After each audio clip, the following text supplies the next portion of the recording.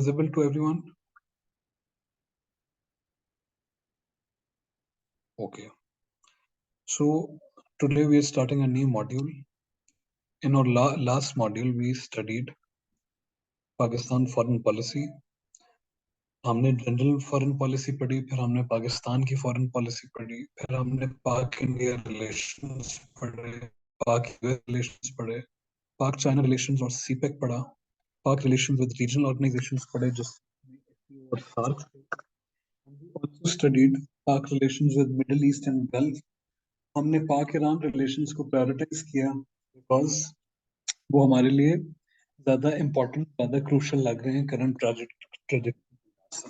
Similarly हमने Saudi Arab and Iran की अप्रोचमेंट के ऊपर बात की, पाकिस्तान के सेंट्रल एशिया के साथ रिलेशंस के, पाकिस्तान की हिस्ट्री में गए, पाकिस्तान के वेस्ट के साथ डिफेंस पैक्ट्स के. It was a very comprehensive coverage of the entire ambit that is your foreign policy, that is your role as a nation in the region and globally as well. जब हम module number 2 पे जाते हैं, हमारा module number 2 according to our lecture plan is Pakistan domestic issues. And मैंने आपको बताया था कि हमारे 3 पिलर्स हैं सीए के: पाक डोमेस्टिक, पाक रिलेशंस, ग्लोबल इश्यूज. एंड मैंने आपको ये भी बताया था हमारे 3 पिलर्स हैं पाकिस्तान अफेयर्स के, दैट इज प्री 1947, पाक रिलेशंस एंड पाक डोमेस्टिक. यू विल सी कि इसके अंदर पाक डोमेस्टिक जो है, पाक domestic is also found in current affairs as well. So this is one of those pillars that completely overlaps with in between the two subjects. Today our focus of study is Pakistan constitutional history and Pak issues. And जो मैंने इसके आपको lecture plan में explainer दिया था कि इसके अंदर होगा क्या, उसमें था की कॉन्स्टिट्यूशनल इश्यूज, उसमें था हम थोड़ा रोल ऑफ जुडिशरी पे नजर डालेंगे, हम फेडरलिज्म पे की बात करेंगे. एंड ऑब्वियसली जब आप फेडरलिज्म की बात करते हैं तो आप उसी वक्त you come and you talk about 18th amendment if you talking about federalism in Pakistan. And हम सेंट्रल प्रोविंस रिलेशंस पर भी थोड़ी तबसरा करेंगे, थोड़ी बात उसके ऊपर भी करेंगे. So to give you a context, जो पाकिस्तान का कॉन्स्टिट्यूशनल डेवलपमेंट है, मैं आपको ऑलरेडी बता चुका हूँ कि इसकी मार्क्स वैल्यू या आपके पेपर के लिहाज से जो वैल्यू है वो है, लेट मी, आपके पेपर के लिहाज से जो इसकी वैल्यू है, आपकी चार्ट मेरे से एक मिनट वो हो गई है, चलो अब it is now in front of me. अच्छा जी, वो इन 2 सवालों में आप देख सकते हैं, pillar 3 of Pakistan affairs, constitutional development issues and relations. एक सवाल आया था, how far nature of central province relations has changed under the amendments in 1973 constitution. फिर एक था discuss federal structure of 1973 constitution after 18th amendment. तो यू सी के आपका ज्यादा एम्फेसिस था फेडरेशन के ऊपर एंड आपका ज्यादा एम्फेसिस था 18th अमेंडमेंट के ऊपर in terms of what the examiner asked. And similarly अगर आप देखें कि पाकिस्तान के डोमेस्टिक अफेयर्स जो हमसे करंट अफेयर्स में पूछे गए हैं, उसके अंदर हमें इंटर प्रोविंशियल रिलेशंस के ऊपर बात हुई है कि भाई न्यू प्रोविंस की भी बात हुई है एंड जो करंट एग्जिस्टिंग प्रोविंसेस हैं उनकी आपस में इंटर प्रोविंशियल रिलेशंस के ऊपर भी बात हुई है. तो दिस शोज हमारा एम्बिट ऑफ क्वेश्चंस क्या है. इसके अलावा Inshallah, when you all clear your written part, so the Pakistan's constitutional history is and Pakistan's constitution is a very important part of your interview preparation as well. And similarly, if you are also preparing other subjects like political science or you're preparing constitutional law, so this lecture also uski input udhar bhi jati hai, specifically in political science section B, which is almost completely right from the constitutional aspect of Pakistan affairs. So this shows why you should be attentive to this lecture and why you should focus on this. Sequence क्या होगा, हम पाकिस्तान की constitutional history को थोड़ा dissect करेंगे, फिर हम पाकिस्तान के इंपॉर्टेंट कॉन्स्टिट्यूशनल डॉक्यूमेंट्स हैं उनका एक ओवरव्यू लेंगे, रोल ऑफ जुडिशरी का ओवरव्यू लेंगे, कुछ की केसेस हैं उनको देखेंगे, जुडिशरी ने डॉक्ट्रिन्स के ऊपर कुछ फैसले किए उनको देखेंगे, कॉन्स्टिट्यूशनल इनपुट को देखेंगे, फेडरलिज्म पे बात करेंगे, सेंट्रल प्रोविंस रिलेशंस पे बात करेंगे. And as you can see कि जो हमारा ambit of discussion है वो काफी broad है, तो I will be teaching you from different resources and I will be showing you different ways of tackling it. जो 18th amendment है and जो आप हमारे constitution का comparison, उसमें मैं आपको अपना mock भी reference करूंगा. मोहम्मद अब्दुल वासी, you're never happy with anything. So आपकी complaint को मैं register भी नहीं करूंगा. जब तक कोई बाकी बंदा complain नहीं करेगा ना, so I will not register your complaint. This is not me being rude to you, me trying to be funny.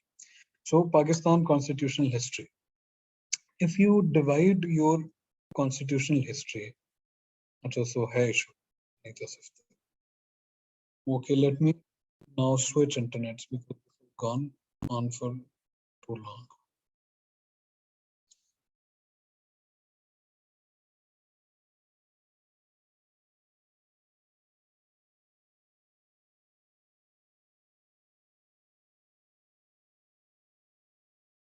Anji, so now I've switched to 4G. Am I audible to you?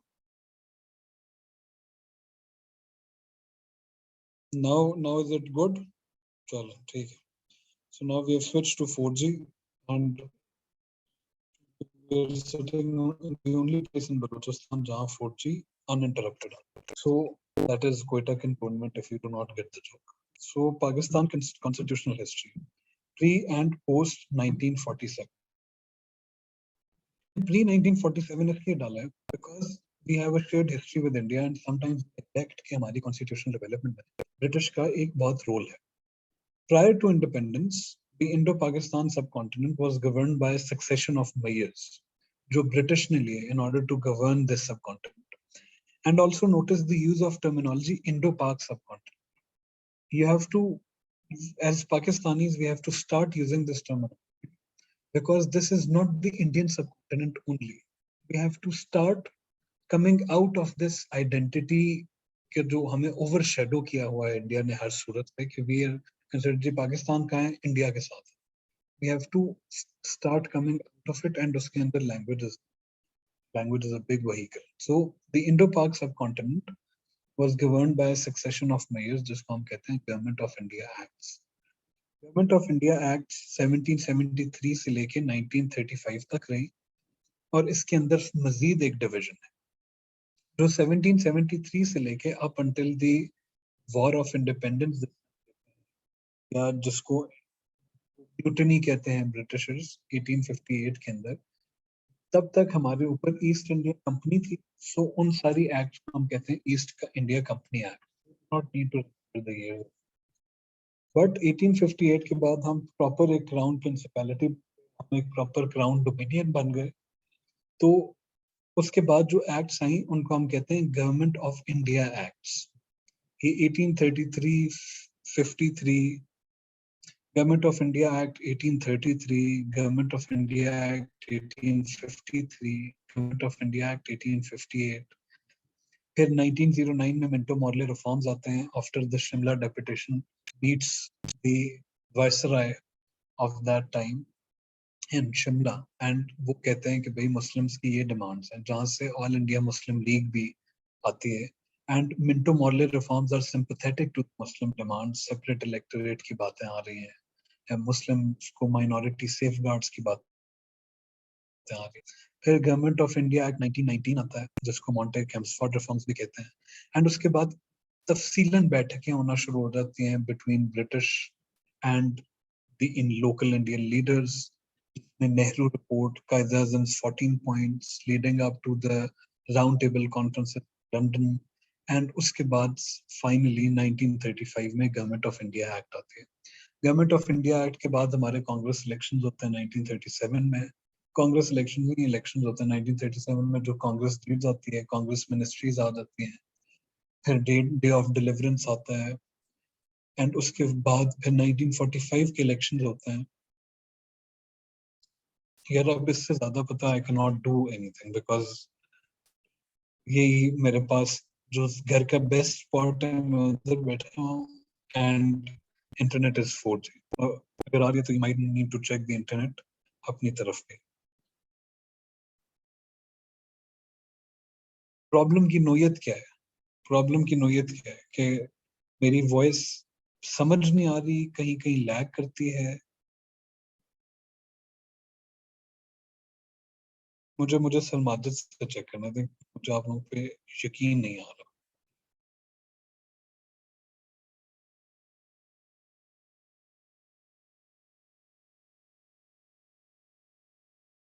तो आप ऊंचा बोल सकते हैं, ठीक है, मैं थोड़ा और ऊंचा भी बोल देता हूँ आपके लिए, मैं इसको थोड़ा और वो कर देता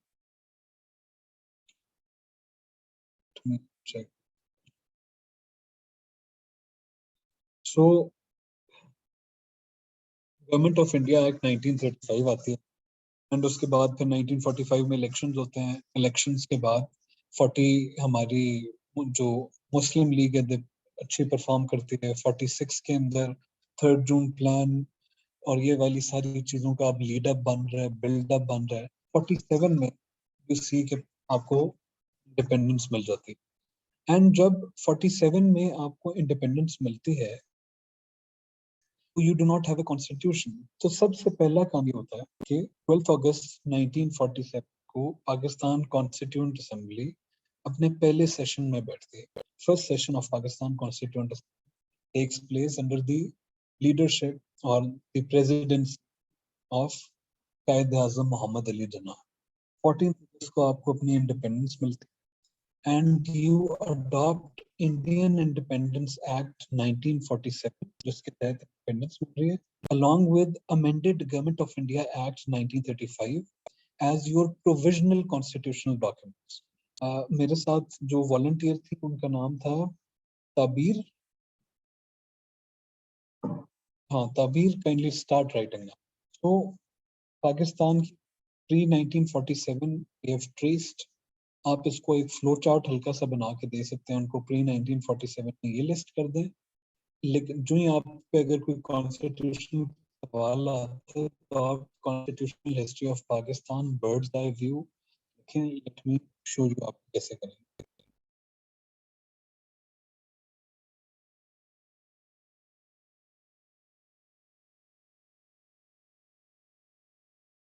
तो जब आप देखेंगे,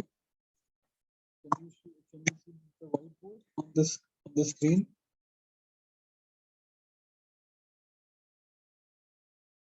ओके। आप इधर देखेंगे, अगर आपके पास हिस्ट्री,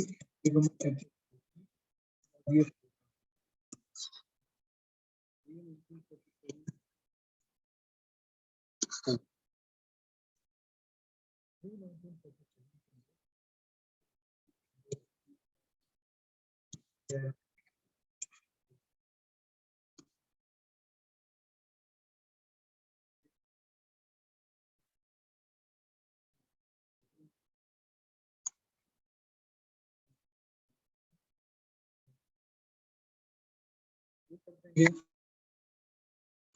को फिर आप आगे ले जाएंगे। पोस्ट को आगे लेके जाने के बाद आप क्या करेंगे, सबसे पहले आप बताएंगे 12 अगस्त कॉन्स्टिट्यूएंट असेंबली का इजलास हो जाता है, फर्स्ट कॉन्स्टिट्यूएंट असेंबली, उसके नीचे दे देंगे। फिर 14 अगस्त adoption of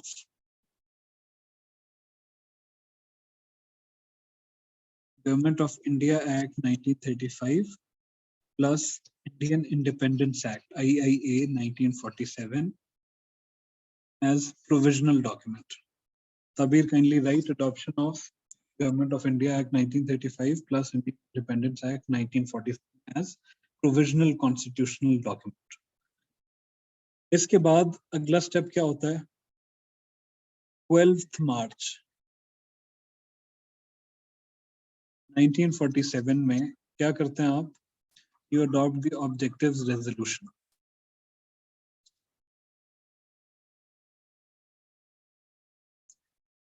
अभी आवाज क्लियर आ रही है या अभी भी डिस्टॉर्शन आ रही है?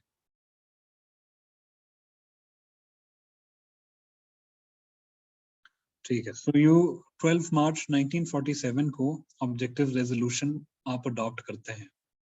इसी दिन आप एक और फैसला करते हैं, या मैं इधर पिछला वाला मिटा रहा हूँ ताकि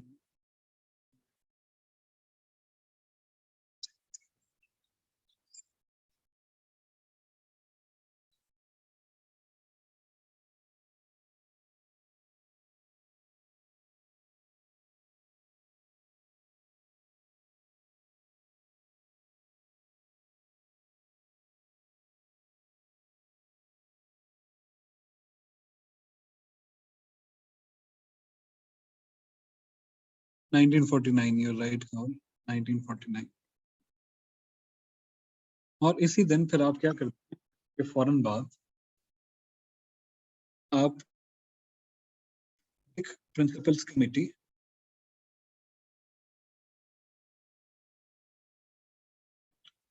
की तश्कील देते हैं।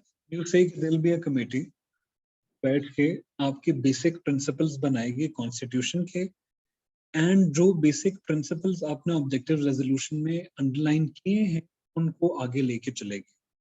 अब बेसिक प्रिंसिपल्स कमेटी ये 1949 में बनती है and it gives it's first report, BPC report, in 1950।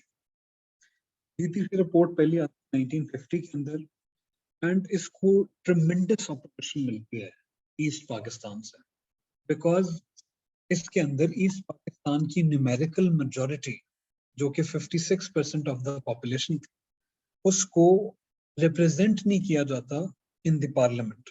So Tabeer, you'll write the numerical majority of East Pakistan was not adequately represented through the constitutional formula devised in PPC report 1950। Hindu अवाम का ये जो criticism था वो objective resolution के ऊपर था, and चूंकि BPC committee का काम ये था कि उन्होंने ऑब्जेक्टिव रेजोल्यूशन के अंदर आउटलाइंड तरीके को ही खोल के बेहतर प्रिंसिपल्स बनाने थे फॉर कॉन्स्टिट्यूशन मेकिंग, तो वो वाली चीज उधर से ही हमारे पास क्रिटिसिज्म आ जाता है। सो 1950 को बड़ा क्रिटिसिज्म फेस करना पड़ता है, वो विड्रॉ कर ली जाती है, लियाकत अली खान साहब की असैसिनेशन हो जाती है, एंड देन ख्वाजा नाज़मुद्दीन ऑर्डर्स, ये बल्कि बीपीसी ऑर्डर ही ख्वाजा नाज़मुद्दीन ने की थी because he was the governor general at that time.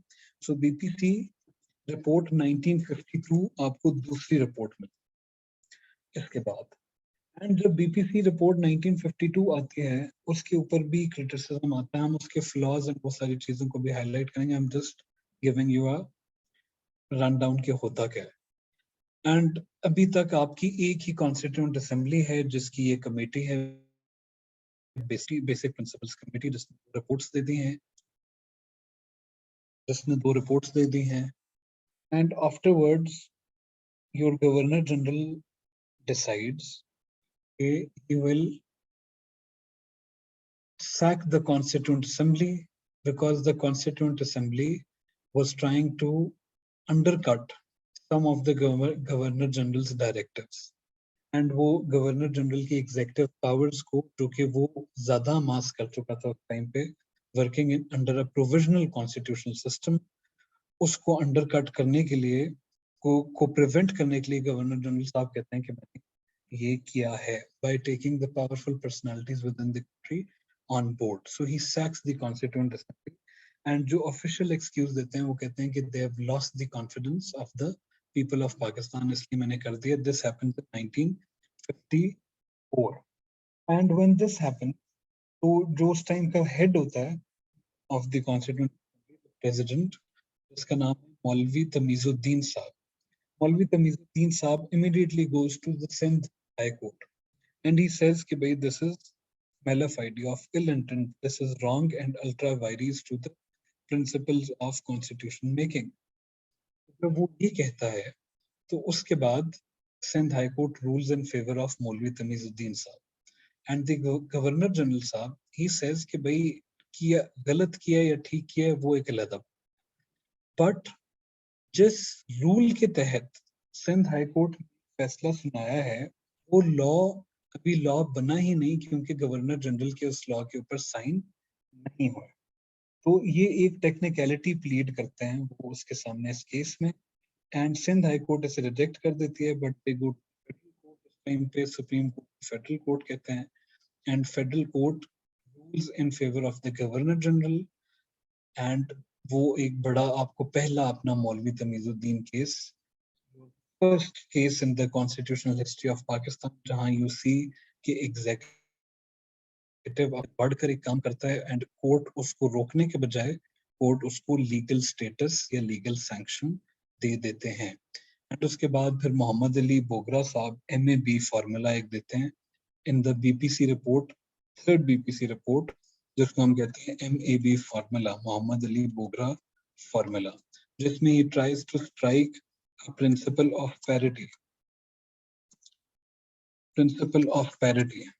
between East and West Pakistan in terms of the representation in parliament. तो वो कहते हैं जी अपर हाउस है, लोअर हाउस है, तो हम लोअर हाउस को पॉपुलेशन बेस कर रहे हैं, अपर हाउस को प्रोविंस के बेसिस पे कर रहे हैं. जो लोअर हाउस होगा और अपर हाउस होगा, उनकी जो कंबाइंड सीट्स होंगी वो ईस्ट पाकिस्तान और वेस्ट पाकिस्तान के अंदर इकट्ठी होंगी या बराबर होंगी. एंड यहाँ ही आपको this is the genesis of the one unit formula.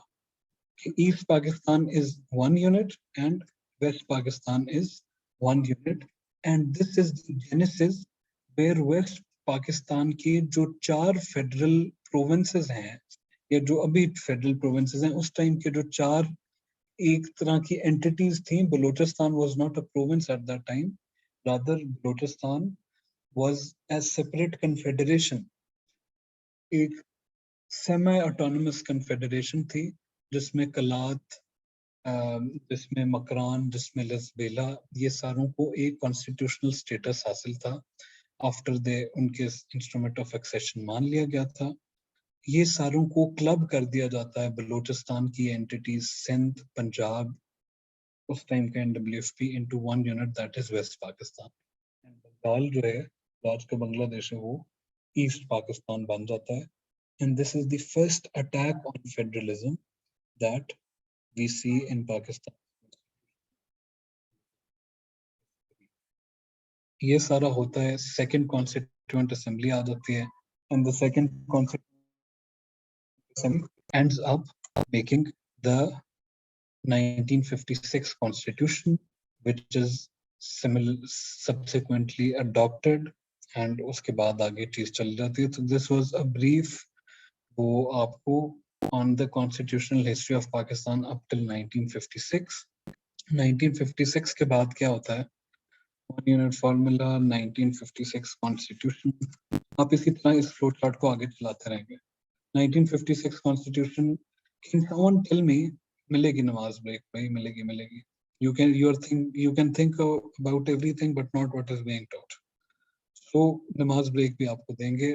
Let me know when will be the right time to give all of you namaz break, because you're at different places. So would 7:20 be good? अभी it's not possible ताकि मैं आपको constitutional history complete कर दूं. 7:15 कर लेते हैं. I'll give you a namaz break on 7:15 would be okay. 1956 constitution, मुझे ये बताएं किस दिन 1956 constitution adopt की?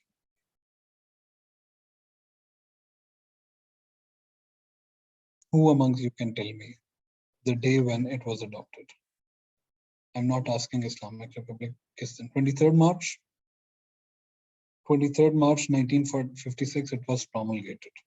Okay. 1956, and when was it abrogated?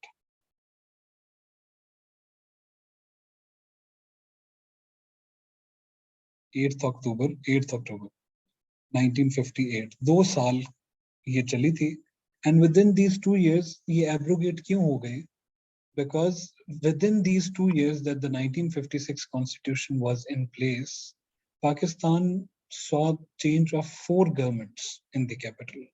4 मुख्तलिफ वज़ीर आज़म आए, and there was a sense of political instability, and this resultant political instability compelled General Sikandar Mirza, then President of Pakistan, to declare martial law and to invite the chief martial law administrator at that time, Air Marshal General Ayub Khan, to come and हुकूमत को संभालने के लिए उन्होंने invite कर लिया. And that was your first martial law. इसलिए इसको कू नहीं कह सकते, because general Ayub did not, या कू कह भी सकते हैं, but he was invited into coming into power in 1958. Subsequently उन्होंने एक कमेटी बनाई. सो 1956 कॉन्स्टिट्यूशन होगी 23 मार्च को, एब्रोगेटेड 8 अक्टूबर 1958. हाँ, पीसफुल को एक हद तक, पीसफुल नहीं, एन एग्जीक्यूटिव को, बिकॉज आपका हाईएस्ट एग्जीक्यूटिव ऑफिस ने ये किया. And then a committee was formed under justice Shahabuddin, कह सकता हूं, in order to investigate why parliamentary democracy had failed in Pakistan. So the committee wasn't asked to find out why the coup came. Committee was tasked to find out कि भाई पाकिस्तान में पार्लिमानी जमहूरियत fail क्यों कर गई. जनरल साहब ने खुद ही उसको एक आंसर क्वेश्चन दे दिया कि तुमने देखना ही ये, उन्होंने फैसला उसे सुना दिया कि पार्लिमानी डेमोक्रेसी फेल कर गई है. अब तुमने मुझे बताना कि क्यों करके गई, why. एंड जस्टिस शहाबुद्दीन साहब की फिर रिकमेंडेशंस आई. इस कमेटी की रिकमेंडेशंस को एक बेसिस बनाया गया to introduce presidential form of governance in 1962 की constitution. Who amongst you can tell me when 1962 constitution was promulgated? जिसको promulgated का मतलब नहीं पता, promulgated है कब लगाई गई.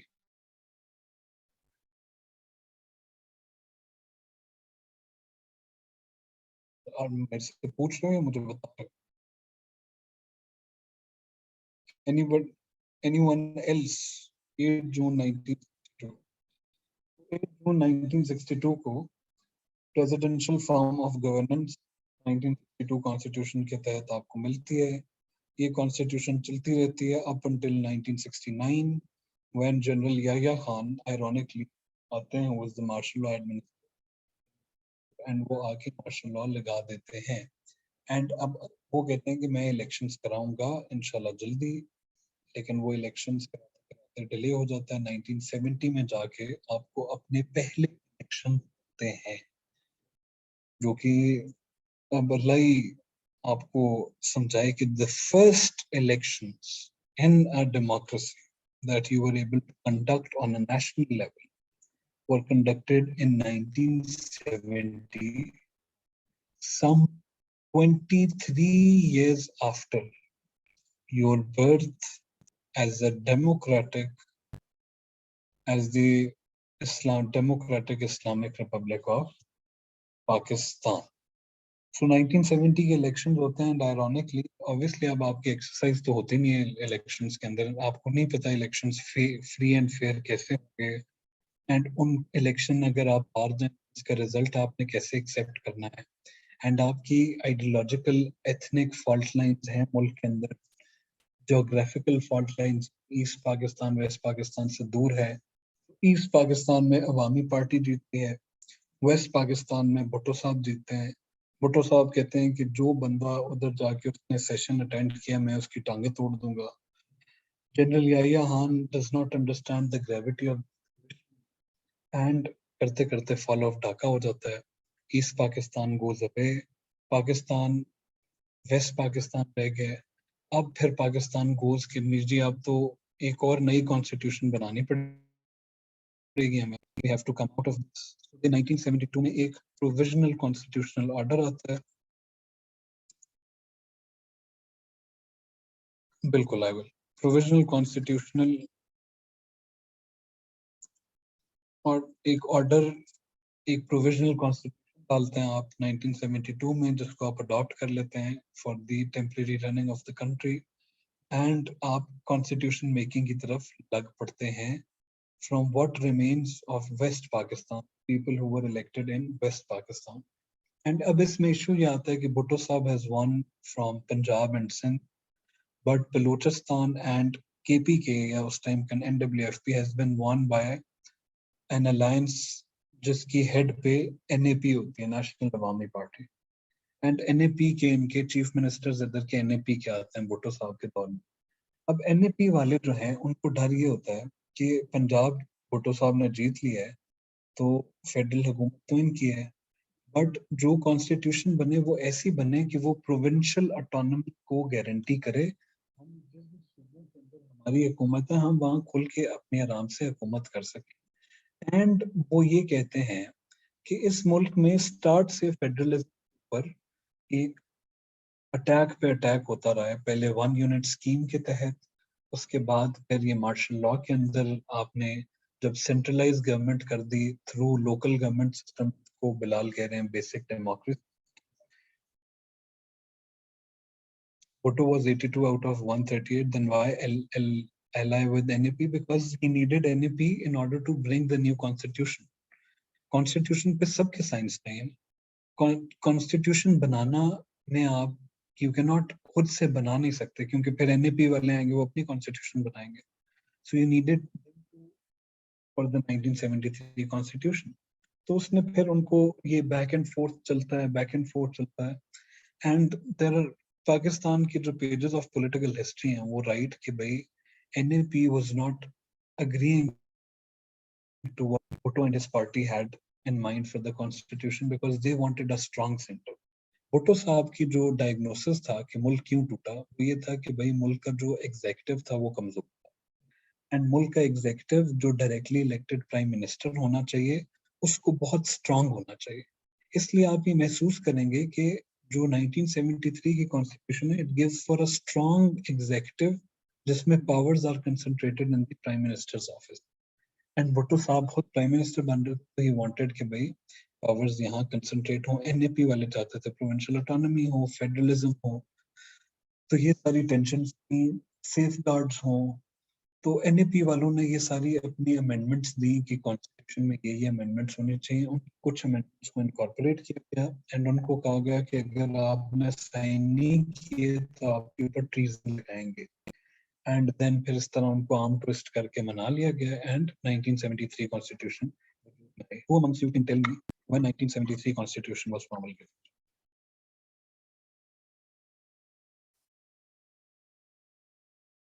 So 1973 constitution comes into being. Thank you.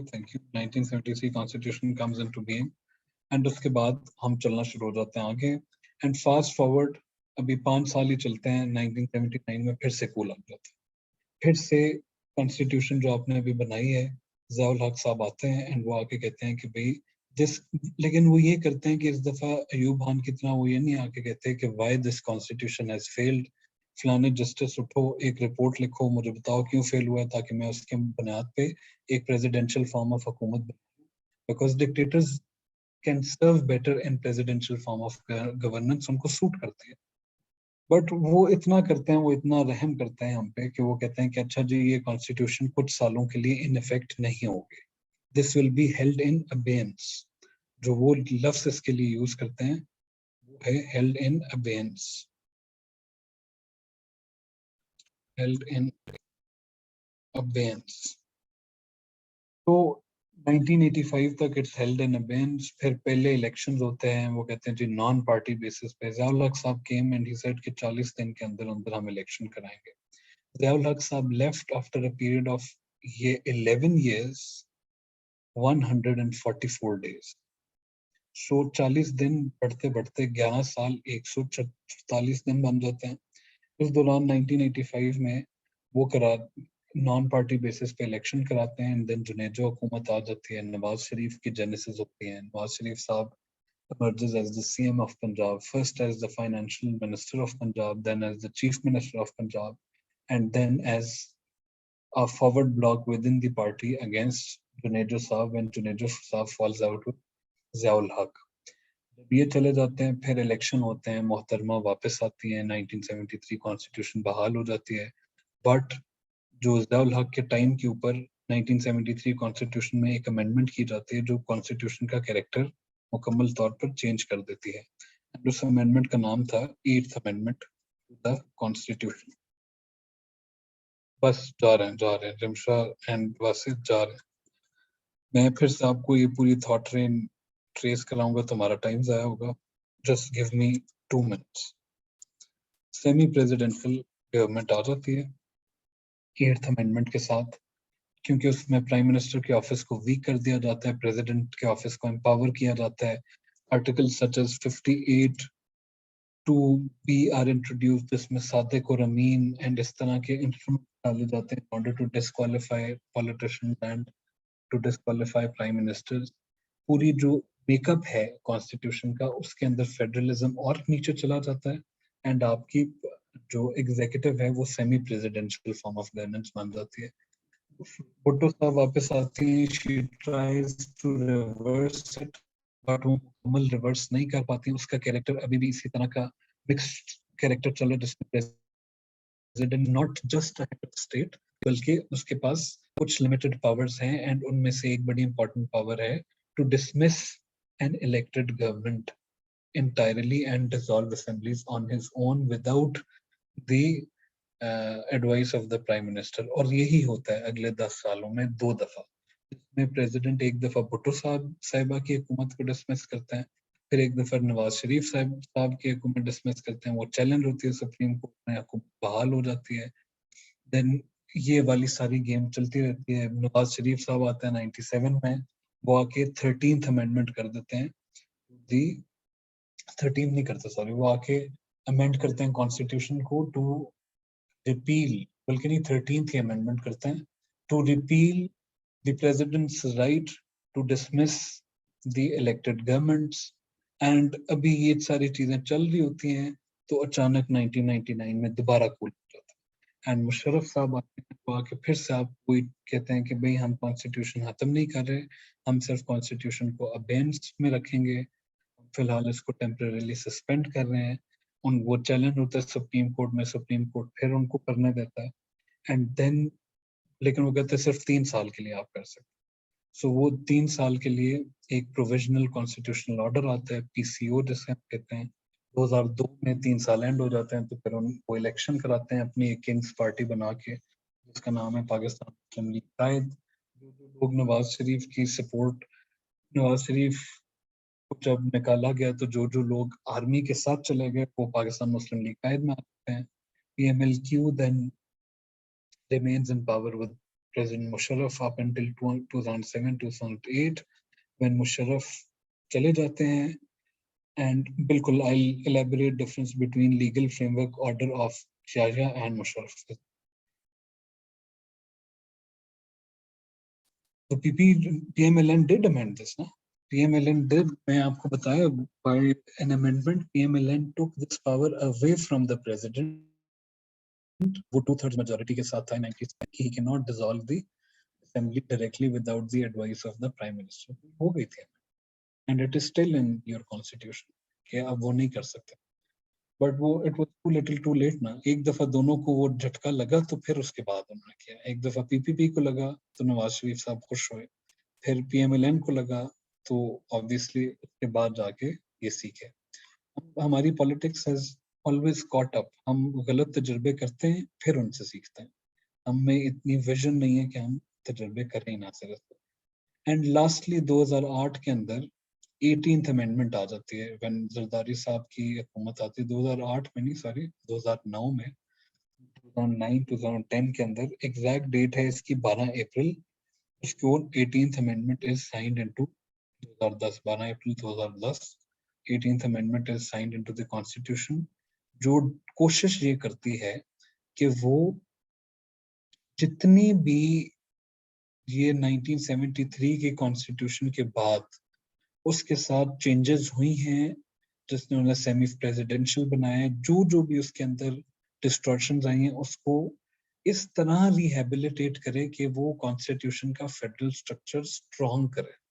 So that is why 18th amendment is very crucial in your constitutional and political history. उसके बाद वाली हिस्ट्री आपके सामने है, आप लोग ने देखी है. जब आप लोग वापस आते हैं फिर हम कॉन्स्टिट्यूशनल इश्यूज की तरफ जाएंगे, 18th अमेंडमेंट की तरफ जाएंगे. मैं आपको अपना मार्क भी दिखाऊंगा उसमें, ताकि भी डायसेक्ट 18th अमेंडमेंट इस तरीके से कि आप उससे क्वेश्चन में, and then we move forward with the lecture.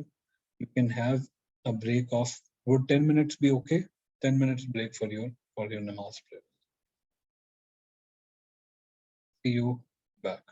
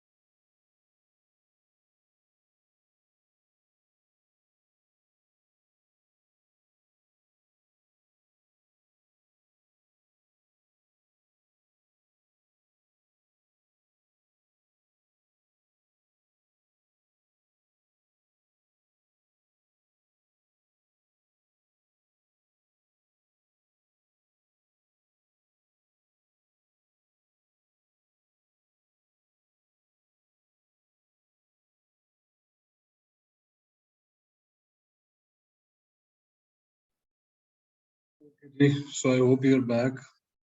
We have completed our 10 minutes. Now we'll move forward. We have traced the constitutional and somewhat political history of Pakistan. We'll move forward and हम कुछ एक दो important documents हैं जिनको documents के लिहाज से dissect करेंगे. सबसे पहले जो आपके लिए important है वो है objective resolution. Objective resolution and Tabir now आपका काम आ गया है. You have to keep on writing it.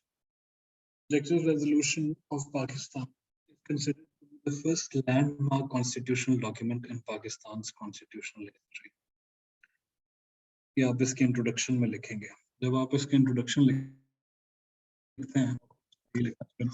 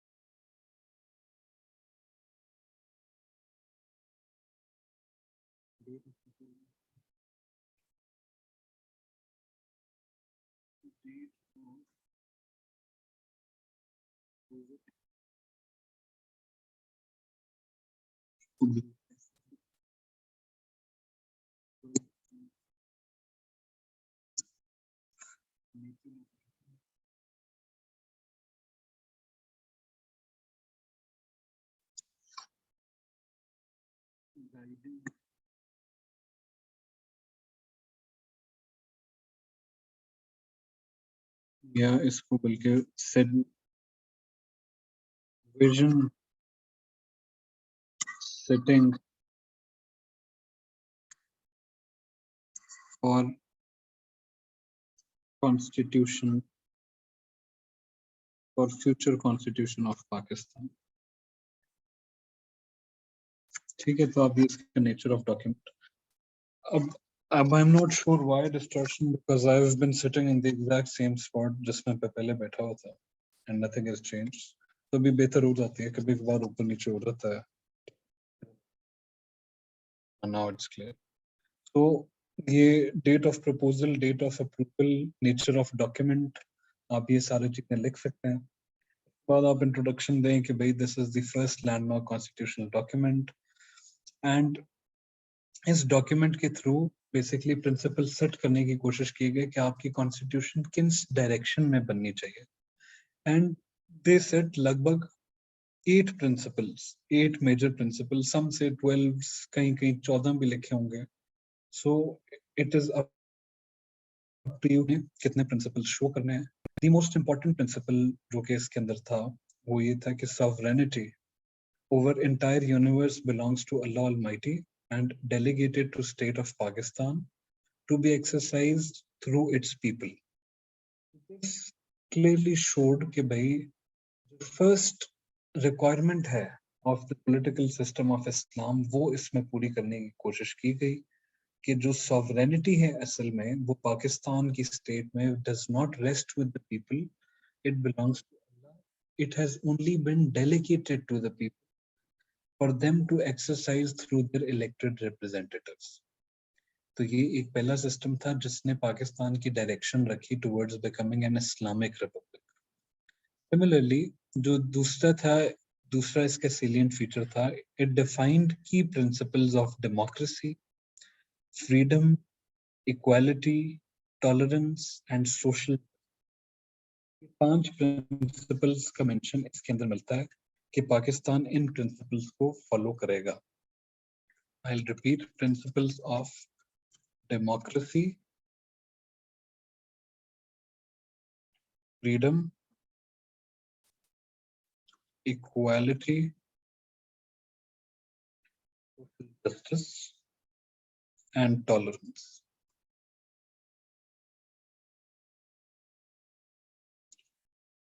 But इसके अंदर वो एक कैच आता है, एंड कैच ये आता है कि वो लिखते हैं एज इनंसिएटेड बाय इस्लाम, कि ये प्रिंसिपल्स की जो डेफिनेशन इस्लाम ने दी है उनको अचीव करना हमारी स्टेट का काम है। एंड फिर एक तीसरा प्रिंसिपल इसके अंदर आता है जिसके अंदर ये लैंग्वेज लिखी जाती है, where in Muslims shall be enabled to follow their religion. Muslims shall be enabled to go to places of worship, follow their religions, and live their lives in accordance with Islam. अब यहाँ ये नहीं आता कि Muslims will be allowed या Muslims को पूरा freedom मिलेगा टू डू दिस, कि ओरिजिनल पाकिस्तान की मूवमेंट की डिमांड थी कि भाई हमें फ्रीडम मिलना चाहिए टू एक्सप्रेस आवर आइडेंटिटी, टू हम अपनी वर्शिप कर सकें and everything. Objective resolution goes one step ahead and it says that Muslims shall be enabled. अब यहाँ चीज चेंज आ जाती है कि यहाँ state will rather act as a facilitator कि मुस्लिम अपनी सर्विस कर सके, एंड ये सिर्फ मुस्लिम्स के लिए करेगा, बाकी माइनॉरिटीज के लिए का जिक्र इस डॉक्यूमेंट में नहीं आता. एंड इसके ऊपर एक अप्रोच आ जाती है इन तीन शिकों के ऊपर, इन तीन प्रिंसिपल्स के ऊपर, from the non Muslim section sitting in the constituent assembly. And मैं वो आपको बताता हूँ वो कितने थे और उन्होंने क्या कहा. लेकिन Liaquat Ali Khan defends this and he quotes, and you can write this quote as well when, अगर आपको object, you would notice, sir, that where state is not to play part of a neutral observer, wherein Muslims may be merely free to profess and practice religion, because such an attitude on part of state would be negation of very ideals which prompted Pakistan. Tabir, are you writing? Yeah, should I write this quote here for you as well?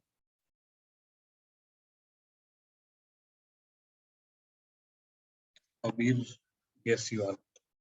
So I would repeat, you would notice, sir, that state is not to play part of a neutral observer, wherein Muslims may be merely free to profess their religion, because such an attitude on part of the state would be the negation of very ideals which prompted demand of Pakistan. So Liaquat Ali Khan says state में neutral observer नहीं रहना. अब this is something that the non-Muslim members find imperative.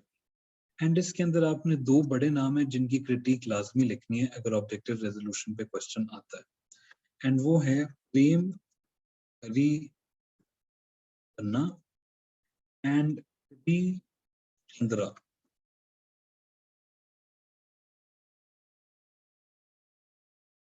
तो सबसे पहले they move a resolution कि हमें time दें कि हम इसको पढ़ें. They move a resolution in the Constituent Assembly, give us time to study this resolution, and उसके बाद फिर इसके ऊपर अगली बैठक करते हैं, which is defeated in the resolution. तो कहते हैं जी कोई स्टडी नहीं, अभी इधर जो बात करनी है करना. Then Sri Chandra questions the need for an objective resolution, while also questioning the alleged religious bias of the resolution. ये जो resolution की जरूरत क्या है? Why objective resolution? ये क्यों बनाई जा रही है? Why cannot we go straight to the constitution या constitution making exercise? And अगर इसे बनाया जा रहा है तो इसमें इतना strong religious bias क्यों है? And ये दोनों जो individuals हैं, Hari Banna and Chandra साहब, they gave some 17 major amendments to the resolution, जिसके अंदर वो कहते हैं कि they try to enhance focus on democratic principle, they try to consolidate legislative and executive power of the representatives, they try to curb bias for Islam by omitting जो बहुत ज़्यादा इस्लाम को mentions किए गए हैं, they try to consolidate safeguards for the minorities, try to denounce distinctions of class and caste. सारी चीजें they try to थोड़ा सा liberal outlook आती है उनकी amendments, proposed amendments. Their amendments are completely defeated.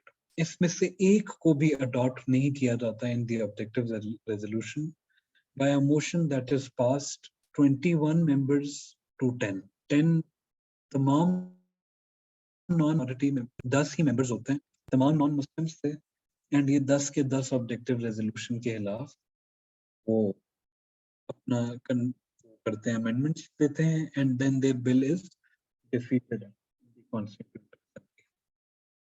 तो सब्सिक्वेंटली आपकी ऑब्जेक्टिव रेजोल्यूशन अडॉप्ट कर ली जाती है इन इट्स ओरिजिनल स्टेट, जिसका एक हेवी इस्लामिक कैरेक्टर है, एंड उसके ऊपर एक एथनिक से ज्यादा कम्युनल कम्युनल यानी कम्युनिटी बेस्ड डिविजन्स आपको नजर आ जाते हैं कि जो नॉन मुस्लिम कम्युनिटीज हैं वो एक तरफ हैं, they do not want this to पास।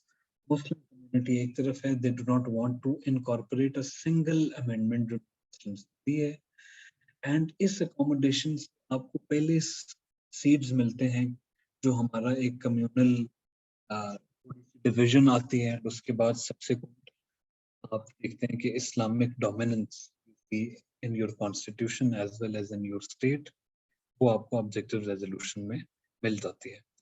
अब मैंने आपको ये ऑब्जेक्टिव रेजोल्यूशन क्रिटिकली पढ़ाई है, I did not try to teach you कि इसके अंदर है क्या क्या, वो मुझे पता है कि आप बचपन से पढ़ते आ रहे हैं, एंड इफ यू वांट तो आप उसको दोबारा पढ़ सकते हैं। मैंने जो आप 3 शकें बताई हैं ड्यू टू टाइम कंस्ट्रेंट्स, वो बताइए जिनके through you can develop a critical analysis on objective resolution कि वाज इट अ सक्सेस और failure, and if it comes you can give a separate heading कि इसके अंदर ये क्रिटिकल एनालिसिस थे, इस्लाम के हैवी कैरेक्टर की वजह से ये हुआ, and in your way forward you can give, excuse me for a minute.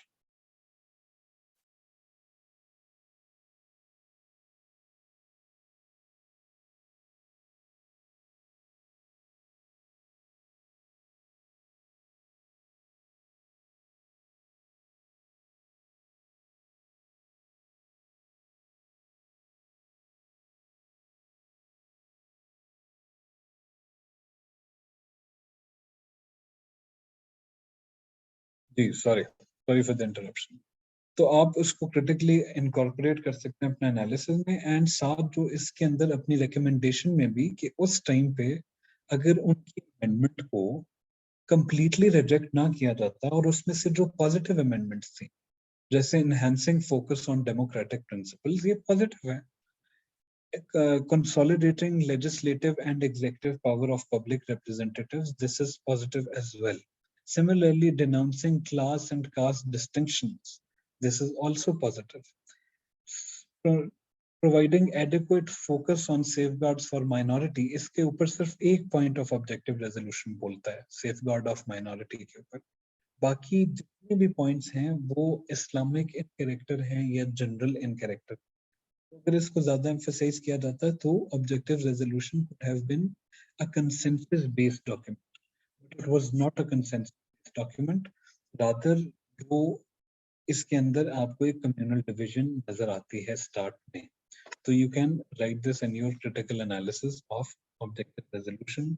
खैर ये एनालिसिस साइट पे it is a landmark constitution document, क्योंकि सिमिलरली इसको 1956 के प्रीएम्बल में इंक्लूड किया गया, आगे प्रीएम्बल्स के अंदर भी डालते गए, एंड 1973 के अंदर की कॉन्स्टिट्यूशन में पहले it was a part of the preamble, but then through constitutional amendments it was made a part of the actual constitution itself. So objective resolution is now very much part of your constitution, ये इसकी legacy है। So are we clear on objective resolution, या do you feel that we need to discuss that? मैं इधर से आगे चलूं? अब्दुल वासी किधर गया?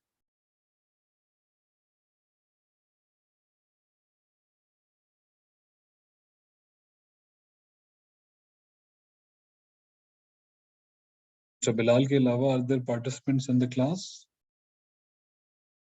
तो अभी क्लियर सारे, जरा सारे जागे, मुझे डर है कि मैंने आपको सुला दिया। आज का टॉपिक भी ऐसे ही, लिखते रहो, यस सर करो करो, थोड़ा आपको भी टाइप करके आपकी भी हाथ ले। ठीक है, ठीक है, फिर ना। सो अब आगे चलते हैं। सो हमने ऑब्जेक्टिव रेजोल्यूशन डाइसेक्ट कर ली, उसके बाद आपके पास आ जाती है, लेकिन फिर भी मैं आपको एक ऑब्जेक्टिव रेजोल्यूशन का वो दिखाता हूँ।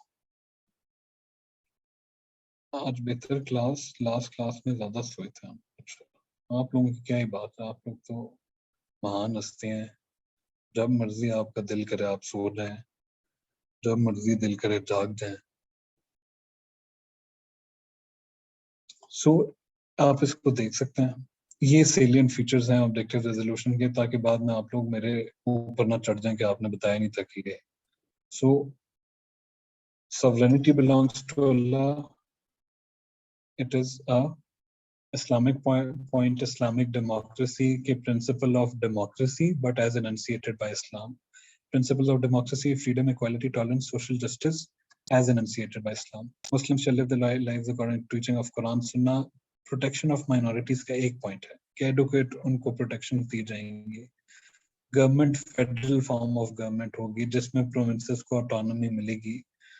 जुडिशरी इंडिपेंडेंट होगी, फंडामेंटल राइट्स का ख्याल रखेंगे, नेशनल लैंग्वेज उर्दू होगी, बाउंड्रीज को प्रोटेक्ट किया जाएगा, source of law Quran and सुन्ना है, डेमोक्रेटिक सिस्टम ऑफ गवर्नमेंट। ये सारी आपकी ऑब्जेक्टिव रेजोल्यूशन के सेलिएंट फीचर्स हैं। ये मैं आपके साथ लिंक भी शेयर कर दूंगा if you want to study in detail. बाकी ऑब्जेक्टिव रेजोल्यूशन के अंदर काफी आपको वहां से मिल जाता है, पॉलिटिकल हिस्ट्री ऑफ पाकिस्तान से भी मैं शेयर कर देता हूँ अभी। Let me share it here in the meeting ताकि आप लोग इसको पढ़ सकें।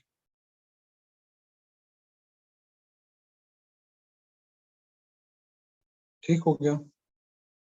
सो अभी हम आगे चलते हैं and we go to the comparison of constitution. So मैंने आपको बताया 56 है, 62 है, 73। अब जो मैंने सवाल देखे हैं 62 की कॉन्स्टिट्यूशन को बहुत कम घास डाली जाती है इन टर्म्स ऑफ क्वेश्चनिंग। सवाल अमूमन यही आता है कि आप 56 73 को कर लें, कंपेयर कर लें, या फिर अगर आ जाएगा बहुत, and this is rare as well, या आ जाएगा कि भाई आप पार्लियामेंट्री कॉन्स्टिट्यूशंस को आपस में कंपेयर करें। जी सदरा, you have said sir।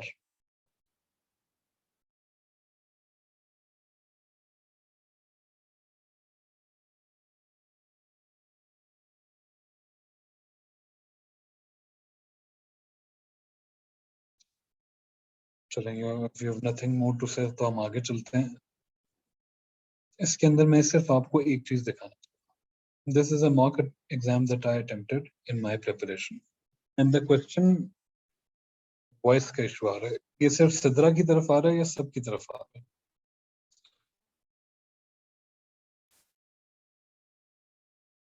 ठीक हो जाता है सिद्रा, परेशान नहीं होना, ठीक हो जाता है। ये फिर आपकी तरफ है। सो पार्लियामेंट्री कॉन्स्टिट्यूशन ऑफ पाकिस्तान। अब कॉन्स्टिट्यूशन ऑफ पाकिस्तान, ये क्वेश्चन था कि इसको आप कंपेयर करें।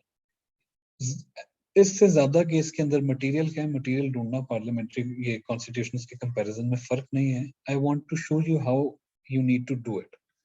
You can write a introduction and you can write a better introduction than what this is. ये तो एक पूरे पैराग्राफ में लिखा है, you can enunciate it even further। बट उससे आगे आप जाते हैं, आप एक लिखें कि भाई पाकिस्तान की हिस्ट्री के कॉन्स्टिट्यूशनल डॉक्यूमेंट्स है क्या, वो लिख के आप उनको, इनमें से ये पार्लियामेंट्री है और ये प्रेसिडेंशियल है। अब आप उनकी सबसे पहले हिस्टोरिकल पर्सपेक्टिव दें कि पाकिस्तान की कॉन्स्टिट्यूशनल डेवलपमेंट कैसे। Pakistan went through the following key events: 1947 adoption of Government of India Act and IIA as interim constitution with changes। आपके फ्लो चार्ट बन गए। फिर 12th March passage of objective resolution, 23rd March promulgation of 56। आप बीच में BPC reports भी डाल सकते हैं अगर आप डालना चाहते हैं। बीपीसी रिपोर्ट 1 2 3 तीन है, 1950 52 और 53 की। 8th March 1958 एब्रोगेशन 56 कॉन्स्टिट्यूशन की। 8 जून में 62 आ गई। 16 दिसंबर 1971 में ईस्ट पाकिस्तान अलहदा हो गया, अडॉप्शन ऑफ इंटरिम कॉन्स्टिट्यूशन। और 14 अगस्त 1973 के आपकी ये कॉन्स्टिट्यूशन बना। अब जब आपने इनको कंपेयर एंड कंट्रास्ट करने, जब भी कंपेयर एंड कंट्रास्ट है, it is better if you do it in the form of a table. सबसे पहली चीज ये है कि दोनों की लेंथ क्या है। लेंथ दोनों की आइडेंटिकल है तकरीबन। 234 आर्टिकल्स हैं 56 में, इसमें 280 हैं। उसके 13 पार्ट्स हैं, इसके 12 हैं, 6 स्केड्यूल्स हैं। दोनों के अंदर जो की टेक अवे है जो आप नीचे लिख सकते हैं, इसके नीचे इस जगह पे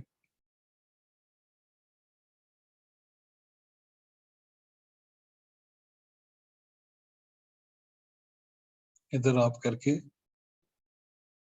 लिख सकते हैं कि take away both constitutions were lengthy. इस तरह करके you can write something because that is your, and you can write it after every point, because अगर आप देखें तो पाकिस्तान की कॉन्स्टिट्यूशन जो है it is one of the most lengthiest constitutions in the entire world. ठीक है, तो ये चीज आप अपने उसके एनालिसिस में भी दे सकते हैं. फिर दूसरा आ जाता है डेट ऑफ प्रोमलगेशन, ये इस तारीख को आई, ये इस तारीख को आई. देन आ जाता है टेन्योर. अब 56 की कॉन्स्टिट्यूशन का the first thing that stand out इसका टेन्योर है, ये सिर्फ 2 साल चली. 73 का constitution is the longest serving constitution of Pakistan to date. System of government, इसके अंदर भी फेडरल पॉलिटी थी. फेडरल पॉलिटी है कि यानी जिसमें प्रोविंसेस के अंदर और सेंटर के अंदर पावर डिवीजन होगी. एक रिटन कॉन्स्टिट्यूशन होगी जो पावर डिवाइड करेगी प्रोविंसेस और सेंटर में. सेंटर के अपने सब्जेक्ट्स होंगे जिसके ऊपर उसका लॉ सुप्रीम कंसिडर करेगा, और प्रोविंसेस के अपने सब्जेक्ट्स होंगे जिन पे उनका लॉ सुप्रीम कंसिडर किया जाएगा. एक इंडिपेंडेंट जुडिशरी होगी जो दोनों के दरमियान को के डिस्प्यूट्स को सेटल कर सकती है. सो ये एक फेडरल सिस्टम होता है. तो दोनों ने एक फेडरल सिस्टम के लिए प्रोविजंस दी हैं. फीचर्स ऑफ फेडरेशन, जो फीचर्स क्या हैं 56 में, there is clear distribution of powers between centre and province with principle of decentralisation, it is accepted. जो इसमें है 18th amendment, it has made devolution of power necessary. इसने ना सिर्फ सेंटर और प्रोविंसेस के अंदर पावर डिवीजन किए, इसने प्रोविंसेस से फर्दर लोकल गवर्नमेंट्स के अंदर भी पावर को के डेवोल्यूशन को नेसेसरी करार दिया है बाय आर्टिकल 140A, जो कहता है कि प्रोविंसेस लोकल गवर्नमेंट्स को पावर या एम्पावर करेंगी. तो अब अगर आपने नोटिस किया होगा, अगर आप में कोई अकल है, तो लेंथ ब्लू मार्कर से लिखा है, डेट ऑफ प्रोमलगेशन ब्लू मार्कर से लिखा है, टेन्योर ब्लू मार्कर से लिखा है, system of government blue marker से है, features of federation blue marker. Legislation list black से. वो इसलिए है टू शो कि ये features of federation, system of government, फला फला, ये बड़ी कैटेगरीज है. अब जो लेजिस्लेशन लिस्ट है ये फीचर्स ऑफ फेडरेशन के अंदर एक सब कैटेगरी है. आप इसको मजीद बेहतर कर सकते थे बाय यहाँ 1 2 3 4 5 आ रहा होता है, ये 5वां पॉइंट होता है features of federation, and legislation list A होता, बी होता, सी होता, इस तरह करके आगे शुरू. लेजिस्लेशन लिस्ट 56 में 3 थी, एक फेडरल थी, एक प्रोविंशियल थी और एक कंकरेंट थी. जो फेडरल लिस्ट में सब्जेक्ट्स थे तकरीबन 97 थे, वो उनके ऊपर सिर्फ फेडरल हुकूमत लेजिस्लेट कर सकती. प्रोविंशियल के ऊपर सिर्फ प्रोविंशियल और कंकरेंट जिनके ऊपर दोनों करेंगे. लेकिन जब दोनों करेंगे तो अगर दोनों ने एक ही चीज पे लॉ बना दिया और लॉ मुख्तलिफ है तो किसका लॉ फॉलो करें. 56 कहता था कि लॉ फॉलो होगा फेडरल का. फेडरल का लॉ फॉलो होगा जहां भी दोनों ने सेम के ऊपर किया है. एंड ऐसा सब्जेक्ट हुआ कि जिसके ऊपर आपने कॉन्स्टिट्यूशन नहीं की तो रेजिडुअरी पावर किसके ऊपर जाएगी, ये भी बड़ा इंपॉर्टेंट है कि आप कितनी स्ट्रांग है, इसके ऊपर कौन लॉ बनाएगा. 56 कहता था कि रेजिडुअरी पावर, रेजिडुअल पावर ये आपकी फेडरल के पास जाएंगी. Which form of government is better? Which form किसकी बात कर रहे हैं आप? Are you talking about presidential and parliamentary? Are you talking about unitary or federal? किसका comparison कर रहे हैं? Unitary and federal का? Presidential and parliamentary. वो हमारे अगले लेक्चर का स्कोप है. आप जाके लेक्चर प्लान देखेंगी, उसके अंदर लिखा हुआ है कि हमने अगले लेक्चर में ये बातें सारी करनी है, तो वो होंगी. Don't worry. लेजिस्लेशन लिस्ट जो 73 में ओरिजिनली 2 थी, federal and concurrent, and concurrent को अबॉलिश कर दिया गया under 18th amendment. Provincial list क्यों नहीं बनाई? जो भी सब्जेक्ट फेडरल के अंदर नहीं आ रहा वो किसकी एम्बिट में है? वो प्रोविंस की एम्बिट में. रेजिडुअल पावर ऑफ लेजिस्लेशन 73 में इनके पास है प्रोविंसेस. 56 में इंटर प्रोविंशियल डिस्प्यूट्स सेटल करने के लिए एक कमीशन बनाया गया जिसका नाम था IPC, इंटर प्रोविंशियल कमीशन, जबकि 73 के कॉन्स्टिट्यूशन में सेटल करने के लिए था council of common interest CCI। Article 148 के तहत गालबन बना है। आई एम नॉट श्योर कि हम इसे दोबारा कंफर्म करते हैं। एंड ये जो काउंसिल ऑफ कॉमन इंटरेस्ट है ये इट स्टैंड्स टू डेट। आपने अभी रिसेंटली एक खबरों में बहुत इसका बड़ा फैसला भी सुना होगा, आर्टिकल 153। अगर ये है तो यू राइट, मुझे आई एम नॉट श्योर, मैंने फिर भी इसे कंफर्म। सो इसका एक बहुत बड़ा फैसला आपने सुना होगा काउंसिल ऑफ कॉमन इंटरेस्ट का। कैन समवन टेल मी कि कौन सा प्रोमिनेंट फैसला किया है पिछले दिनों में CCI ने, पिछले 2 हफ्तों की, 2 हफ्तों के अंदर? चलो I will give you a hint, election से रिलेटेड।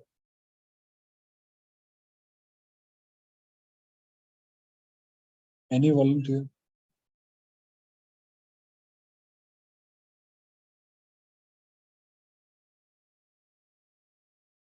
Fifty seven? नहीं। Election commission powers? नहीं नहीं नहीं, दोनों नहीं है। CCI ने, यश एक हद तक इलेक्शन कमीशन पावर कह सकते हैं। CCI ने फैसला किया इलेक्शन कमीशन फ्रेश डिलिमिटेशन करे कॉन्स्टिट्यूएंसीज की after the digital based consensus जो 2023 में हुआ है। तो जिसके बाद इलेक्शन कमीशन 4 महीने से फ्रेश डिलिमिटेशन में लगाएगा, 14 दिसंबर को वो एंड होगी। उसके बाद इलेक्शन कमीशन इलेक्शन का शेड्यूल अनाउंस करेगा। शेड्यूल कम से कम 2 महीने शेड्यूल एक्सपेक्टेड है। तो ये इलेक्शन डिले आप सुन रहे हैं, 3 महीने से ज्यादा इलेक्शन आगे जाएंगे ही जाएंगे, वो CCI के फैसले। एंड वो CCI से फैसला कराया गया ताकि तमाम प्रोविंसेस इस बात के ऊपर पे हो। नहीं, खुद वाला नहीं, वो तो एक अमेंडमेंट है ना, that is an amendment in election act 2017।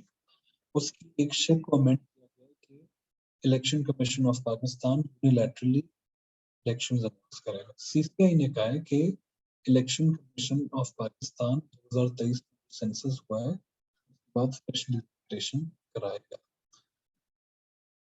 ठीक हो गया। तो इधर से हम आगे चलते हैं। फेडरल, अब पिछली हमारी फेडरेशन वाली features of federation category and हो गई है। 3 पॉइंट्स उसके अंदर हैं, legislation list and provincial disputes हैं।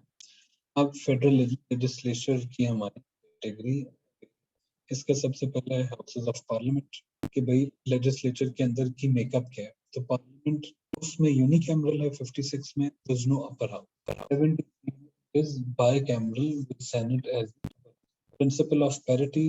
मैंने आपको बताया था मोहम्मद अली का फार्मूला के बाद 56 में रखी गई parity between federating units. And 73 में there was no principle of parity required. क्यों? क्योंकि तमाम प्रोविंसेस को इक्वल रिप्रेजेंटेशन दे दी गई सेनेट में। उसमें सेनेट इक्वल रिप्रेजेंटेशन रखने के प्रिंसिपल ऑफ पैरिटी फॉलो किया। फेडरेटिंग यूनिट्स क्या थी? उसमें सिर्फ 2 थी, ईस्ट पाकिस्तान, वेस्ट पाकिस्तान, इसमें 4 हैं, plus federal capital territory, plus Kashmir जो फेडरल एडमिनिस्ट्रेड ऑटोनोमस यूनिट्स हैं। पाटा के एरियाज में थे जो कि अब 25th बाद चेंज हो गए। इलेक्टोरल सिस्टम, इसके अब ये एक अलग कैटेगरी बन जाती है। फिर इसके अंदर जी members parliament elect under elected under universal adult franchise, इसमें भी अंडर यूनिवर्सल एडल्ट फ्रेंचाइज। उसमें एज का फर्क, 21 साल से ऊपर वोट कर सकते थे, 18 साल से ऊपर कर सकते हैं। Electorate system of electorate is not given in constitution. इसमें सिस्टम ऑफ जॉइंट इलेक्टोरेट है, यानी हिंदू, क्रिश्चियन, मुस्लिम इनके लिए अलग-अलग इलेक्टोरेट नहीं बनाए, सारे इलेक्टोरेट। यस, नॉन मुस्लिम्स के लिए सीट्स रिजर्व्ड है, रिजर्व्ड सीट्स है।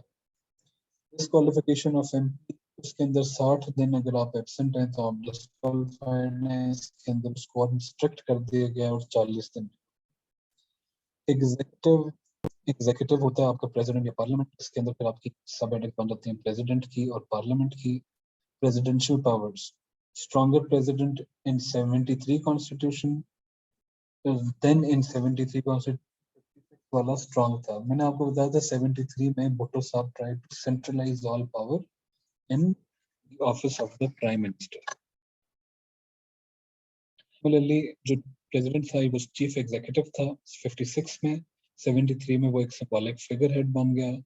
Could appoint, उसके अंदर ये लिखा हुआ है कि जो भी MNA the president thinks has the confidence of the whole assembly, उसको वो president invite करेगा कि आप आके हुकूमत बना लें. जबकि 73 में लिखा हुआ है कि जो भी MNA जिसको बाकी MNA elect करेंगे as the prime minister, president ने उससे help लेना है. दोनों में फर्क है, president की powers में दोनों जगह फर्क है. यहाँ वो एक symbolic figure है सर. PM की advice was not binding on the president हर मामले में 56 में, but यहाँ जिस मामले की advice आ गई, president या उसको हाँ करके आगे कर सकता है, उसको ना नहीं कर सकता. प्राइम मिनिस्टर या आपने चुप करके रिजाइन कर.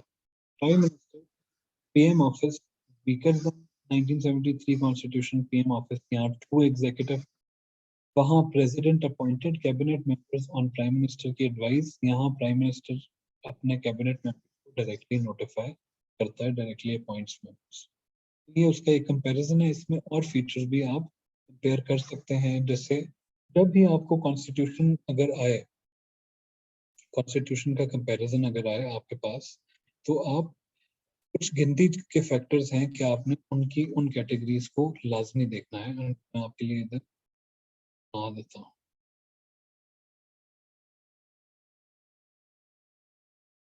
अगर मैं आज की डेट में ये रेज करने में कामयाब, तो जो कि मुझे शक हो रहा है क्योंकि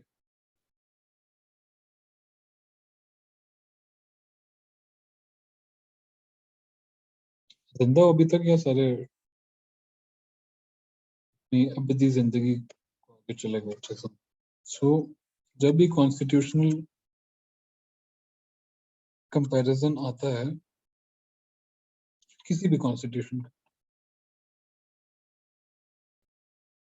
तो आप कुछ पॉइंट्स लिख सकते हैं. यू कैन राइट एक कंपैरिजन आप उसका एग्जीक्यूटिव का कर सकते हैं, एक कंपैरिजन आप उसके लेजिस्लेटिव मेकअप का कर सकते हैं, फिर एक कंपैरिजन आप उसके उसामा में. मुझे यकीन है कि आप जिंदा है. मुझे आप अपनी शक्ल, अपने इतनी खूबसूरत चेहरा ना भी देखते तो मैं मान जाता कि आप एग्जीक्यूटिव लेजिस्लेटिव मेकअप. ये इसके अलावा और क्या था, उसामा को देख के ज़हन ही हाल गया. एग्जीक्यूटिव लेजिस्लेटिव मेकअप, फेडरलिज्म या फेडरेशन के ऊपर बात हो सकती है. नहीं, मुझे बेहद शर्म आ रही है आपको से. आप उसके अंदर फॉर्म ऑफ गवर्नमेंट के ऊपर बात कर सकते हैं, प्रेसिडेंशियल और पार्लियामेंट्री है, यूर राइट. आप उसके अंदर उसकी जनरल लेंथ, टेन्योर, प्रोमलगेशन के ऊपर बात कर सकते हैं. आप उसके अंदर अपॉइंटमेंट्स के ऊपर बात कर सकते हैं. तीसरा जो आपका है ऑर्गन ऑफ द स्टेट, आप उसके ऊपर जुडिशरी की पावर्स के ऊपर बात कर सकते हैं. ठीक हो गया. ये सारी चीजों को, और इसके अंदर फिर सब हेडिंग्स बन जाती हैं एग्जीक्यूटिव में. जैसा आपके पास आर्टिकल्स आप वो कोट कर दें तो आपके लिए बेहतर है. और आप उसके अंदर एक बहुत इंपॉर्टेंट बात है लोकल गवर्नमेंट, और एक और भी बहुत इंपॉर्टेंट बात है उसके अंदर प्रोविंसेस के ऊपर अलहदा या फेडरेटिंग यूनिट्स के ऊपर अलहदा बात कर सकते हैं.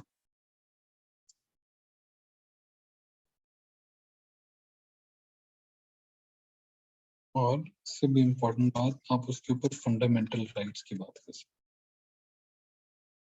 कि वो कौन से फंडामेंटल राइट्स दिया है कि नहीं. इसके अंदर आपने कंपैरिजन करना है. एंड ये जब भी आप ये तीनों कॉन्स्टिट्यूशंस पढ़ रहे होंगे, आपने अपने जहन में यही ब्रॉड हेडिंग्स रखनी है और इसी के अंदर मटेरियल इकट्ठा करना है और उसको रिप्रेजेंट उस तरह करना है जिस तरह मैंने आपको अपने मॉक में दिखाने की कोशिश की है.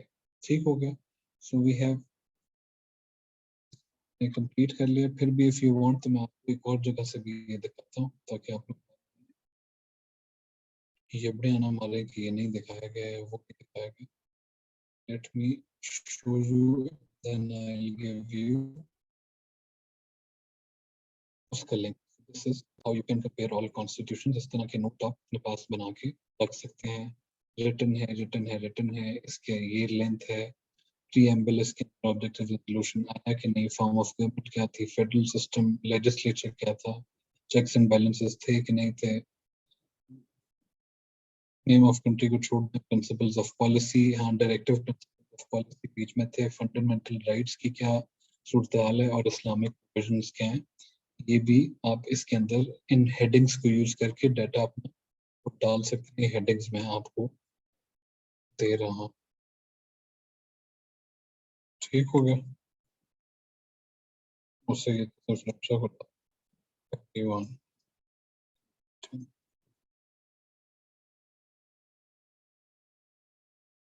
हमने कर लिया। So we have dissected important constitutional documents. We have dissected constitutional and political history of Pakistan. एक important हमारा constitutional document रह गया है and वो है the 1973 constitution itself.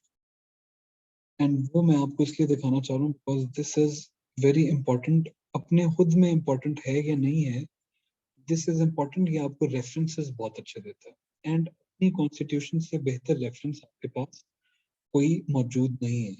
एंड इसकी एक साइंस है, वो मैं साइंस आपको हल्की से समझा दूं ताकि आप कॉन्स्टिट्यूशन पढ़ने की जरूरत नहीं है, आप बस चुप करके उसको देखें। सबसे पहले ये चीज देखें, ये है अमेंडमेंट टू आर्टिकल 2A के तहत जो बाद में डाला गया, objective resolution is now part of substantive provisions. तो ये जब ऑब्जेक्टिव रेजोल्यूशन पे सवाल है आप वो कर सकते हैं।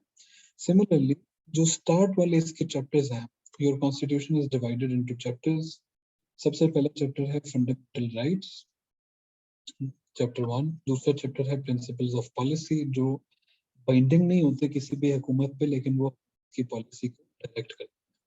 फिर फेडरेशन के ऊपर बात होती है जिसमें प्रेसिडेंट है, पार्लियामेंट है। फिर फेडरल गवर्नमेंट पे बात होती है, फिर प्रोविंसेस आ जाते हैं। इस तरह इसके अपने चैप्टर्स हैं। आपके लिए सबसे इम्पोर्टेंट चैप्टर ये है जो मैं आपको दिखाना, फंडामेंटल राइट्स का।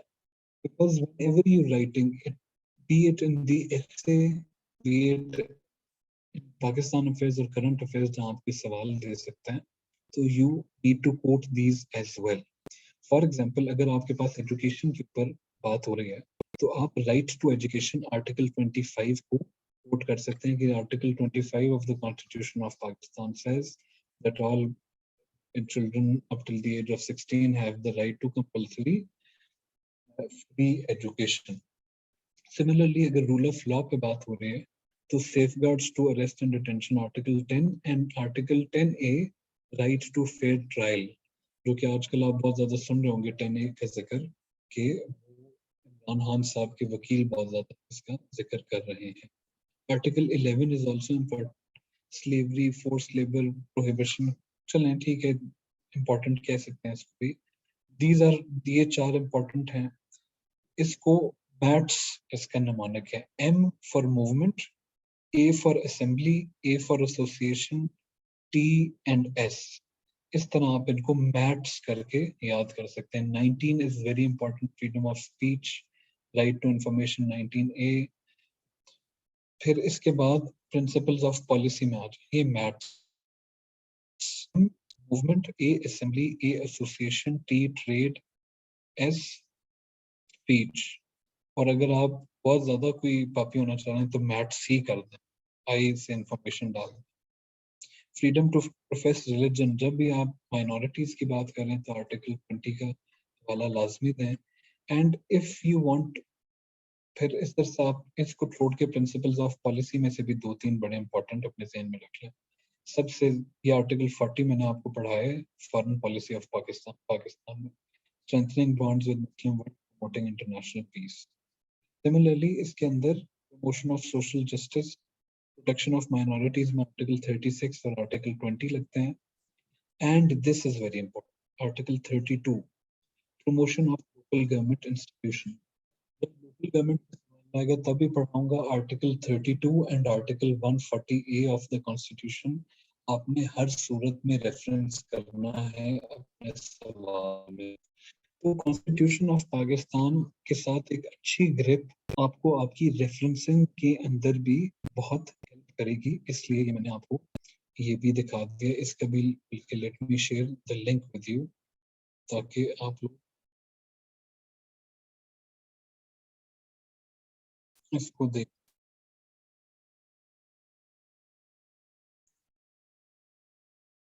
ओके हो गया, आगे चलें।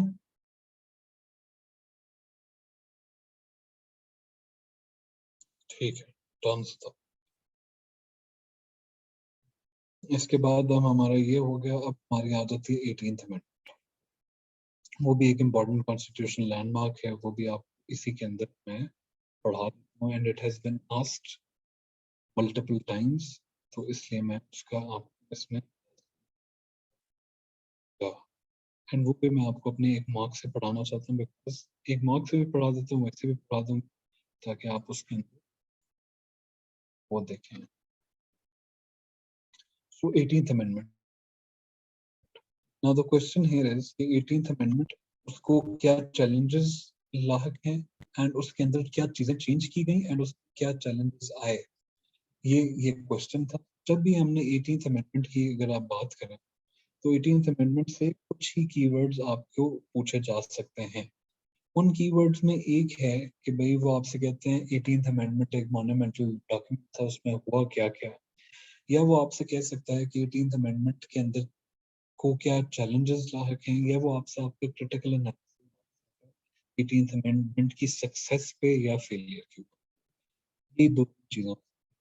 And I know this is a difficult lecture, this is a taxing lecture, क्योंकि हम कॉन्स्टिट्यूशंस की बात कर रहे हैं, हम ओपनली डिफरेंट डिफरेंट चीजों को छेड़। तो मैं कोशिश करूंगा कि some part of this lecture हम कल के ऊपर ले रहे हैं या अगले लेक्चर के ऊपर ले जाएं, क्योंकि अगला lecture is also related, it is also related to the politics of Pakistan, तो वो भी उसमें ये सारी बातें हो सकती हैं। तो इफ यू वांट तो मैं अभी 18th अमेंडमेंट आपको आज ही पढ़ा देता हूँ, इफ यू वांट मैं इसको कल पे भी शिफ्ट कर सकता हूँ, तो मैं अभी आगे इसको मुकम्मल कर देता हूँ एंड कल फिर हम इसके बाकी रिमेनिंग पार्ट ऑफ द आज ही पढ़। अच्छा बिल्कुल कल सर, बाकी क्या कहते हैं, वी आर डेमोक्रेटिक क्लास, जल्दी जल्दी अपने जवाब दें एंड आप बिल्कुल ही सोए, एटलीस्ट एंगेज में इन द चैट। फिर आज कल 2-2 हो गया, 3-2 हो गया, आगे। कल का मतलब ये नहीं है, कल कल का मतलब नेक्स्ट अवेलेबल लेक्चर हो।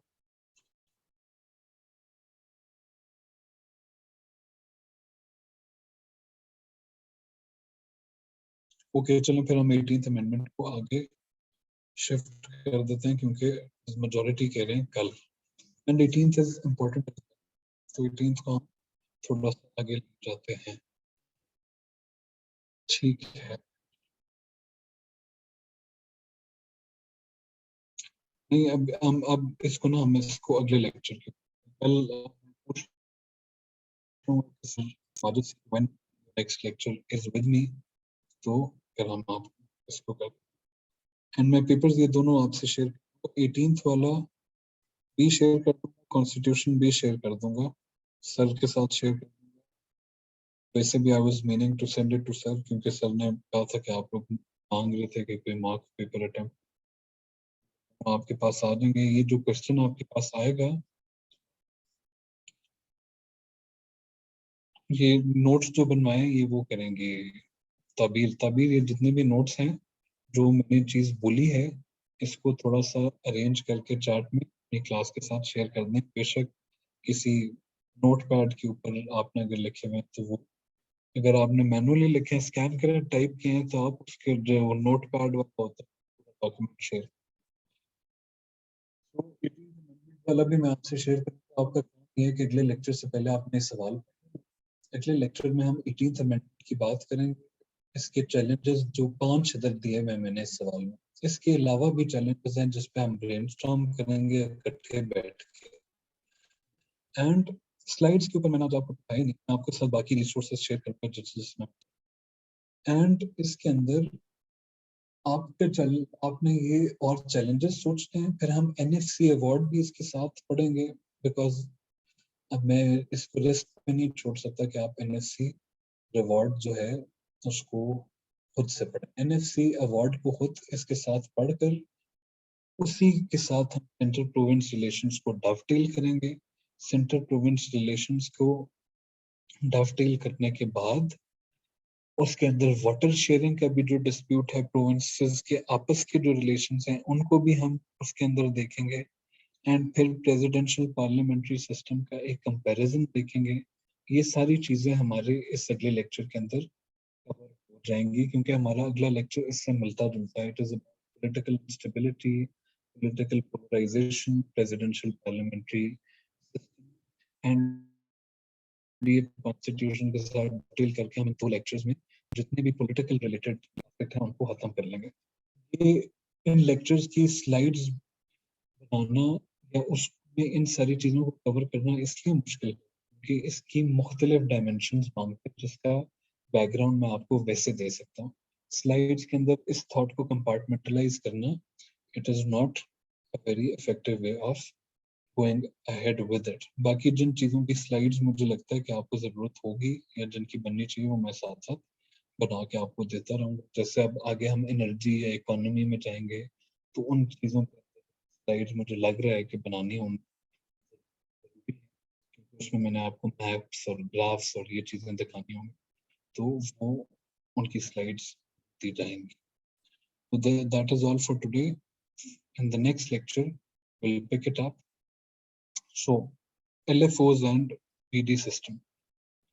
लीगल फ्रेमवर्क ऑर्डर है, legal framework order and PCO, provisional constitution order, ये 2 ऑर्डर्स हैं जिनको एक डॉक्ट्रिन है। एंड अगले लेक्चर के अंदर हमने एक जुडिशरी के केसेस को भी जल्दी, बल्कि ऐसा करते हैं जुडिशरी के केसेस को जल्दी जल्दी थोड़ा सा डायसेक्ट।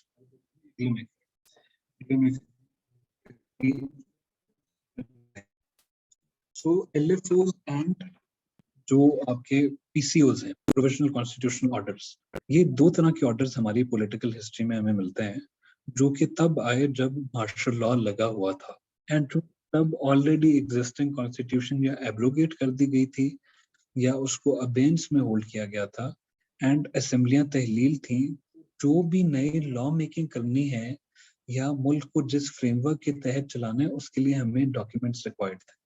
याह्या खान साहब ने हमें लीगल फ्रेमवर्क ऑर्डर दिया एंड फिर अंडर ज़ियाउल हक एंड मुशर्रफ साहब गॉट पीस।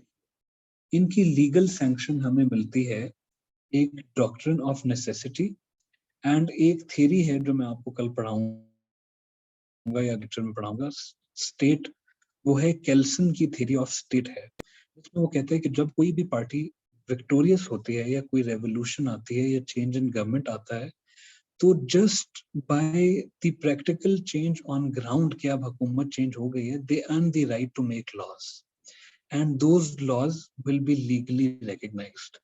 इस थ्योरी के अंदर आपके कोर्ट्स ने इस चीज को चलने दिया कि हाँ जी, आप जो भी मार्शल लॉ वाला बंदा आएगा वो आके लॉज बना सकता है।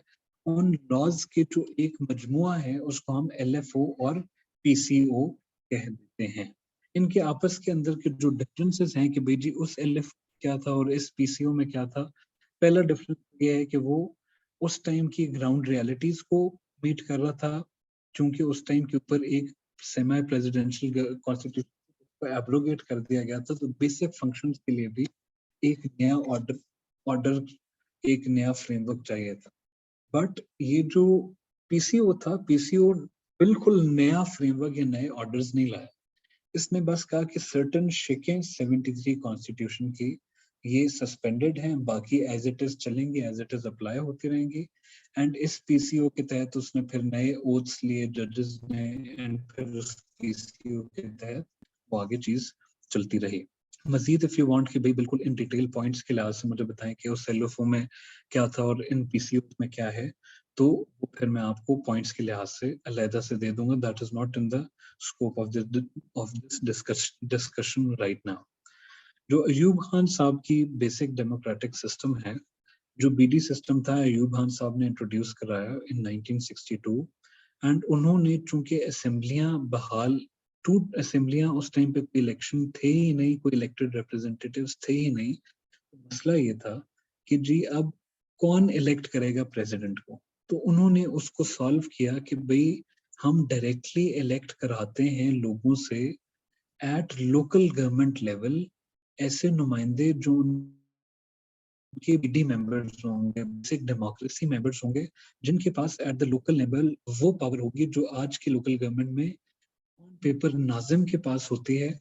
एंड ये सारे मिल के इन असेंबली एक मेजॉरिटी के साथ इनडायरेक्टली इलेक्ट करेंगे प्रेसिडेंट को। तो it was a system that was designed to dovetail local government system in order to give legitimacy to the presidential ambitions of General Ayub Khan. कि जी president BD members elect करेंगे because BD members were easier managed and एक हद तक ये system अच्छा चला, इसने bypass कर दिया the need for provincial assemblies, it bypass the need for federating unit की असेंबली और उनको कोई ऑटोनॉमी देने की, एंड डायरेक्ट सेंटर को ग्रास रूट्स के साथ लिंक कर दिया। बट देन फिर it ultimately did not last for. तो ये this was our lecture for today. I will share the resources and in the next lecture we will complete it. This lecture on its own merit does not stand, ये 2 lectures का मजमूआ है and that is how it has been planned, क्योंकि दोनों के अंदर politics and democracy and constitution discuss हो रही है। So by the end of the next lecture, I hope कि you tip on constitutional and political history of Pakistan and Pakistan में कौन सा सिस्टम अच्छा है, constitution के साथ क्या issues हैं, क्या challenges हैं, क्या क्या बीच में landmark चीजें हुई, वो स्ट्रॉन्ग जाएगी। अपना ख्याल रखें। We will meet again when the next lecture comes around.